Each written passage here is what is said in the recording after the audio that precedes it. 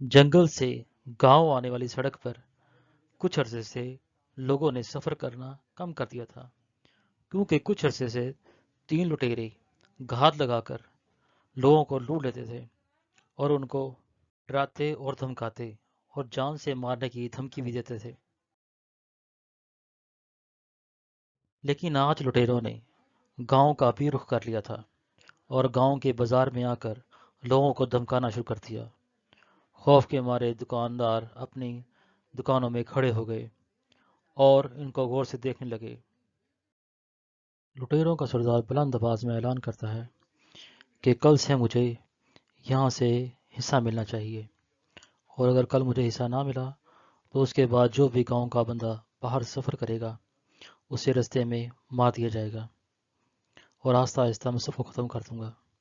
इसलिए तुम्हारे लिए बेहतर यही है कि मुझे मेरा हिस्सा मिलता रहे, और अगर तुम सब अपनी खैरियत चाहते हो तो मेरी बातों पर अमल करो और अपना सोना चांदी जो जो तुम्हारी कीमती चीज़ें हैं मुझे ला दो, और कल मैं ले जाऊंगा हर चीज़ आकर। नहीं तो फिर मरने के लिए तैयार हो जाओ, बाकी फैसला तुम्हारा है। लुटेरों के जाने के बाद तमाम गांव के बाजार के लोग इकट्ठे हो जाते हैं और आपस में बातचीत शुरू कर देते हैं कि इसका क्या हल किया जाए, इन लुटेरों से कैसे निजात हासिल की जाए। काफ़ी सोचने के बाद वो इस नतीजे पर पहुंचते हैं कि हमें सरपंच से मशवरा करना चाहिए, क्योंकि वो ही हमें बेहतर बता सकता है कि इसका हल क्या है। सरपंच अपने घर के बाहर ही खड़ा होता है और लोगों को अपनी जानिब आता देकर खुश होता है और उनको खुशामदीद कहता है।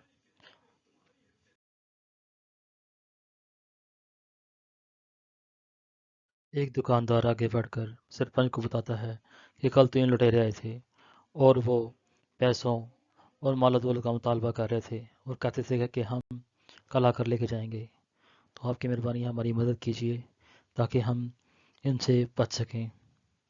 एक और दुकानदार कहता है कि मेरा तो गला ही उठा कर ले गए हैं, उसमें जितने भी पैसे थे वो सब उन्होंने रख लिए हैं।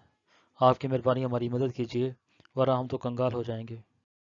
सरपंच सबकी बातें सुनकर कहता है कि तुम सब घबराओ नहीं, बात तो परेशानी की है, लेकिन इसका हल हमें इकट्ठे ही निकालना होगा।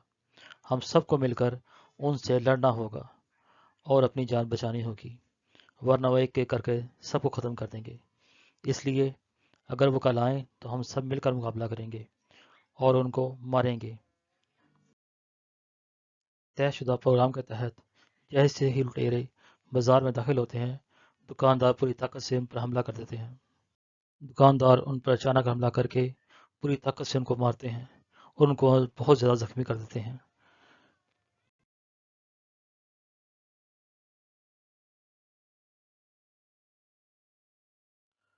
गांव के लोग लुटेरों को मार मार कर दरख्त के साथ खड़ा कर देते हैं और इनका सरदार माफ़ी मांग रहा होता है कि उसे इस बार माफ़ कर दिया जाए, वो दोबारा कभी ऐसी हरकत नहीं करेगा, उसे एक मौका दे दें ताकि वह दोबारा कोई अच्छा काम करेगा, ये बुरे काम छोड़ देगा और कोई मेहनत मजदूरी करेगा, ये लुटेराबाजी वो नहीं करेगा।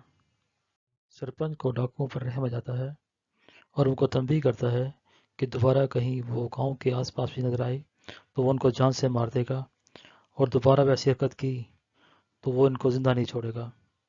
इसलिए वो आज उनको छोड़ रहा है, लेकिन दोबारा वो इनको माफ़ नहीं करेगा।